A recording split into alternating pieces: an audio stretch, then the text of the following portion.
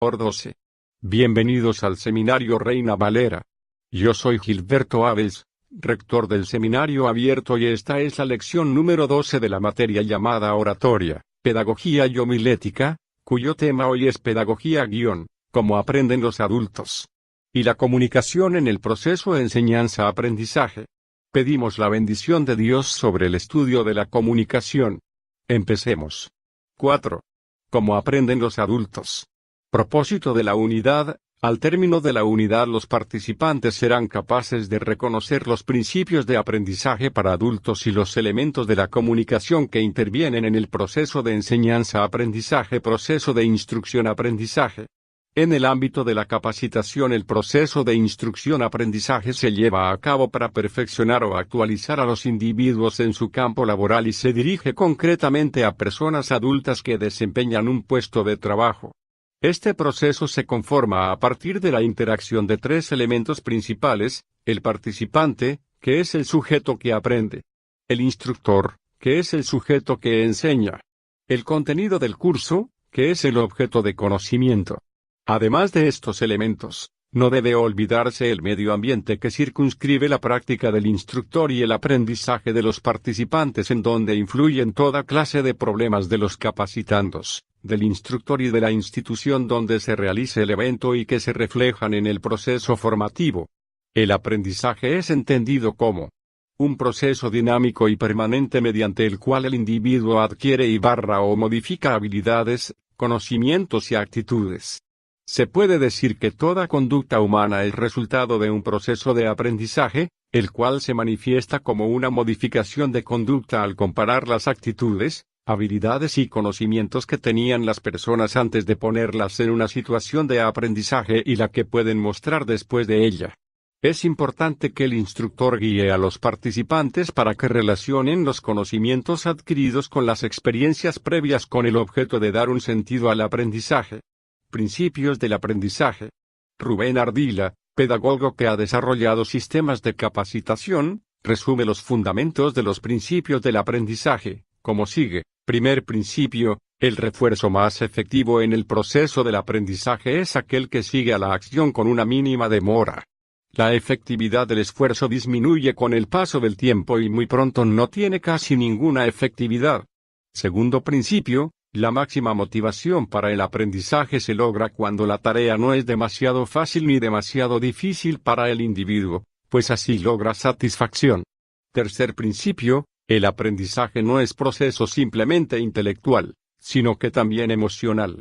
El individuo tiene metas en el proceso de aprender que deben ser claras y precisas para que sean motivantes. Cuarto principio: aprendemos a través de los sentidos, especialmente del sentido de la vista y del oído, por lo que se deben considerar como recursos para el desarrollo de este proceso. Quinto principio: generalmente lo que aprendemos lo vinculamos con lo que sabemos, es decir, partimos de encuadres particulares para darle valor a la enseñanza. Sexto principio: regularmente aprendemos una cosa a la vez. Por ello, se trata de delimitar lo más claramente posible las distintas unidades de aprendizaje. Séptimo principio: cada persona aprende en grados distintos o a velocidades diferentes dependiendo de sus conocimientos, habilidades y desde luego del nivel de inteligencia que posea. Características de los adultos. En el proceso instrucción-aprendizaje es esencial que los adultos tengan la oportunidad de participar activamente a fin de que sientan el aprendizaje parte de sus propias experiencias. Sin embargo, es necesario que el instructor considere tanto las características positivas como negativas del adulto ante el aprendizaje, dado que éstas pueden favorecer u obstaculizar el proceso de instrucción-aprendizaje. Los adultos, por estar inmersos en muchas ocasiones en organizaciones o instituciones, al frente de una familia o sociedad, tienen una serie de características como experiencias en diferentes campos, costumbres, hábitos determinados, opciones y preferencias, actitudes conformadas por su propio contexto, intereses y necesidades específicas. Les interesa aprender lo que les satisface una necesidad determinada, no le gusta ser tratado como escolar. Justifica el tiempo y el esfuerzo en los procesos de capacitación. 5. La comunicación en el proceso enseñanza-aprendizaje. El instructor debe recordar que la comunicación oral está integrada por palabras, voz y acción, y su fin es transmitir ideas y sentimientos a los participantes. La comunicación es inevitable, no existe posibilidad de no comunicarse.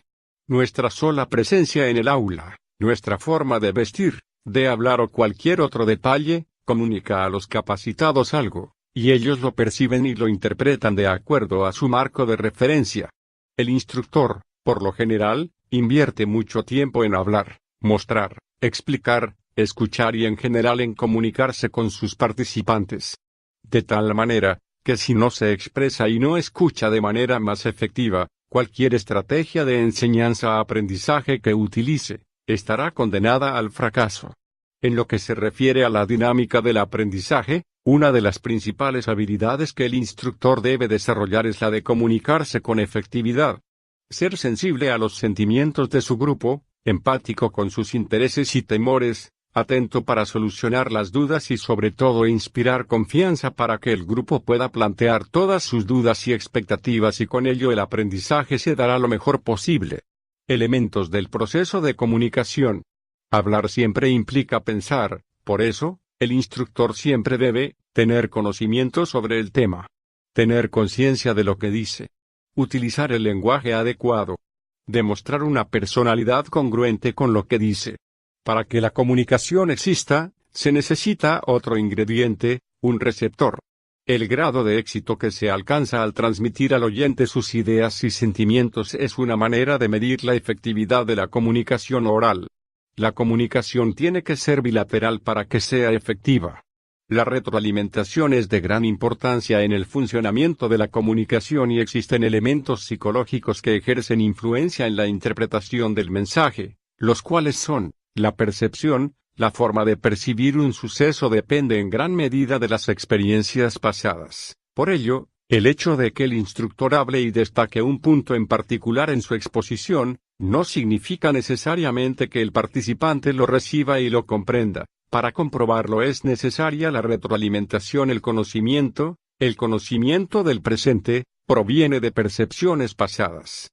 El instructor buscará ejercer un mayor control sobre el presente del participante más que sobre su pasado, y sin embargo, mientras más enterado esté de los antecedentes y de las experiencias de los participantes, mejor capacitado estará para comunicarse en forma efectiva.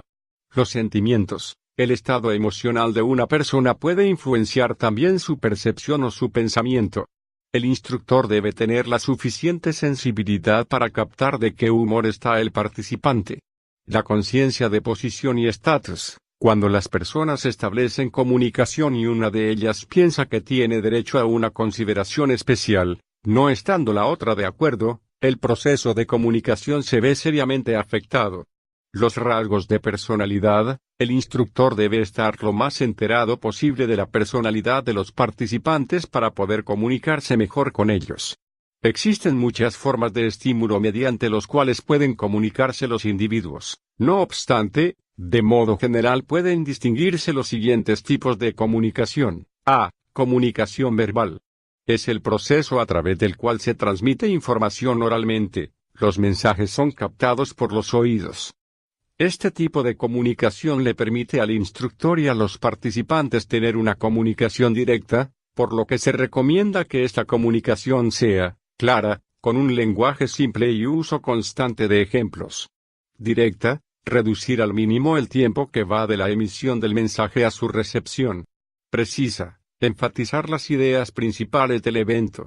Concisa, evitar la excesiva longitud de los mensajes. B. Comunicación no verbal de un instructor. Este tipo de comunicación expresa mucho más de lo que tradicionalmente pensamos o aceptamos. Muchas de las respuestas que obtenemos por parte de nuestros interlocutores están determinadas por nuestra comunicación no verbal. Los parámetros que hoy en día son aceptados en términos de nuestra comunicación, nos indican lo siguiente: 70% del tiempo lo utiliza comunicándose en forma verbal. 100% del tiempo lo utiliza comunicándose de manera no verbal. Lo que más importa en mi comunicación, es cómo me comunico. Mi comunicación no verbal debe de ser congruente con mi comunicación verbal. Mis actitudes y sentimientos los transmito silenciosamente y de manera inconsciente. B. 1. Postura y movimiento corporal. La postura y movimiento corporal de un instructor es símbolo de fuerza, dinamismo, agresividad adecuada.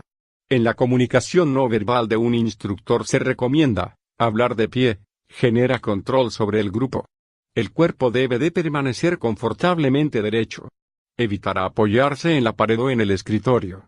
Caminar seguro por el aula. B. 2. En relación con la manera de vestir del instructor y con el propósito de causar buen impacto en los participantes, se recomienda lo siguiente: proyectar una personalidad propia, formal y seria.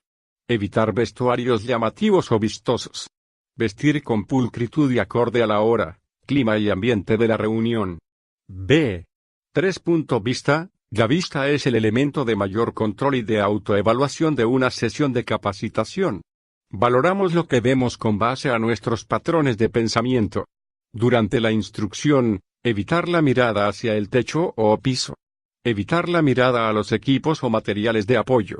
Establecer contacto visual con todo el grupo. Evitar dirigir la mirada solo a un grupo de los participantes. B. 4. Ademanes. Con los ademanes las cosas se dicen dos veces. Debemos de cuidar que nuestros ademanes sean acordes a lo que deseamos expresar. Evitar introducir nuestras manos en los bolsillos o cruzados al frente que impidan surgir los ademanes en forma natural. El ademán debe ser natural. Un ademán brusco o forzado distrae, denota inseguridad o nerviosismo. Debemos evitar columpiarnos cuando hablamos. Debemos evitar manías que distraigan a los participantes como jugar con objetos. Gracias por estar con nosotros en el repaso de este tema práctico para comunicar las verdades bíblicas. Recuerden que necesitamos de sus ofrendas para continuar este ministerio educativo. Favor de seguir uno de los planes de estudio y pedir el diploma al cumplir con los requisitos de graduación. El privilegio es nuestro contribuir a su preparación ministerial.